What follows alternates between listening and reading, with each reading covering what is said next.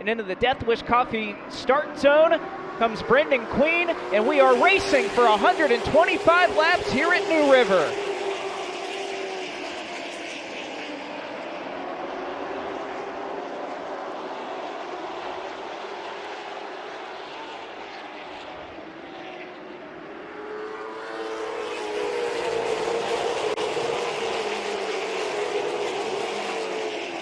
Being on your toes as a spotter is going to be something that you have to do, as he almost got to call Brent Cruz 3 wide with Bobby McCarty. Yeah, one thing that Cruz has to watch here is and there they go. 2 wide, as McCarty may have cut him a break there, lifting out of the throttle off turn 2 to not make that a precarious spot for the front runners. Cruz is going to lead at the line here. Butterbean also conceding second spot on the front stretch to get McCarty up into the runner-up position now in the 6th position as things start to jam up a little bit there on the bottom, as McCarty now gets a fender inside of Cruz for the top spot in 1.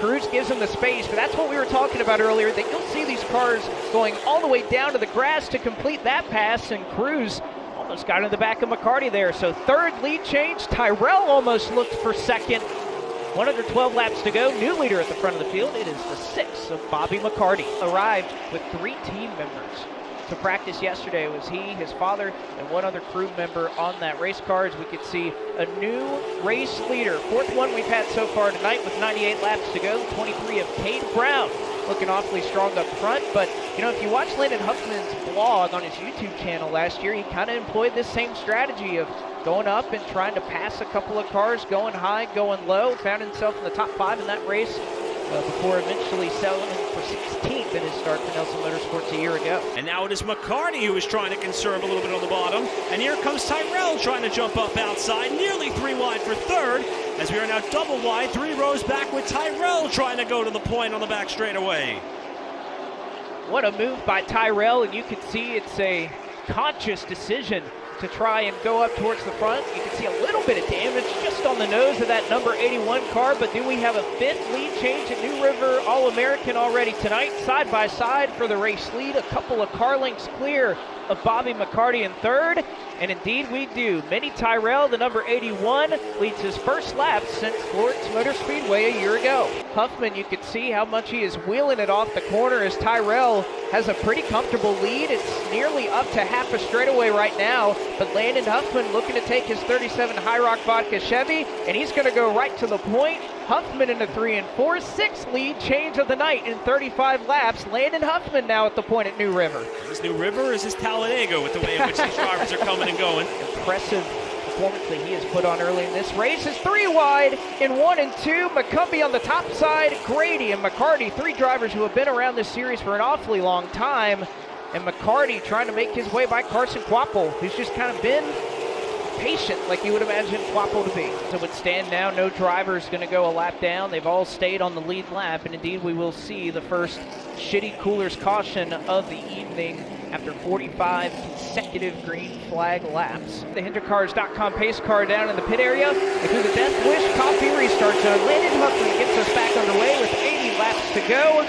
We're back underway at New River All-American Speedway, and very quickly off the jump, Huffman trying to scurry away from the rest of the field. Tyrell able to get the best of that battle for second, and already Quapple, who chose on the outside, very quickly up in the 3rd position.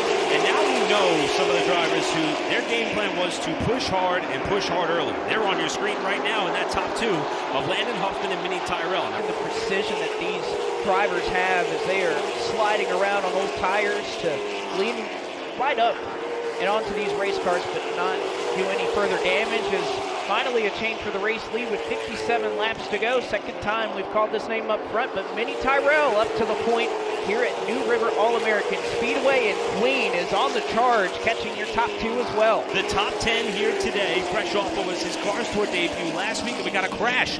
Turn 4, 1 car got spun, and Dale Earnhardt Jr. had to stop to avoid, and there is some damage to the front end of Dale Earnhardt Jr.'s 3 car. Look at the 37 car, the High Rock Vodka Chevrolet. This is in turn 3. You can see him enter the right-hand portion of your frame, 3 wide. I believe that's with Bryce Applegate. A little bit of contact. Huffman gets sideways. You can imagine what happens after that. 46 laps to go into the Death Wish Coffee restart zone. Tyrell, Queen launch at the front of the field. Time for saving may very well be over. Side by side, drag race down the back straightaway. They duke it out for the race lead. Queen with the nose in front off the corner. He may have it. It'll be nearly a dead heat at the stripe between Tyrell and Queen. Queen trying to get the edge as they go down into turn number 1. Tyrell with the drive from the center off the corner. It is Queen with a half a car length advantage. Now washing up the racetrack are both cars as they come out of turn number 4.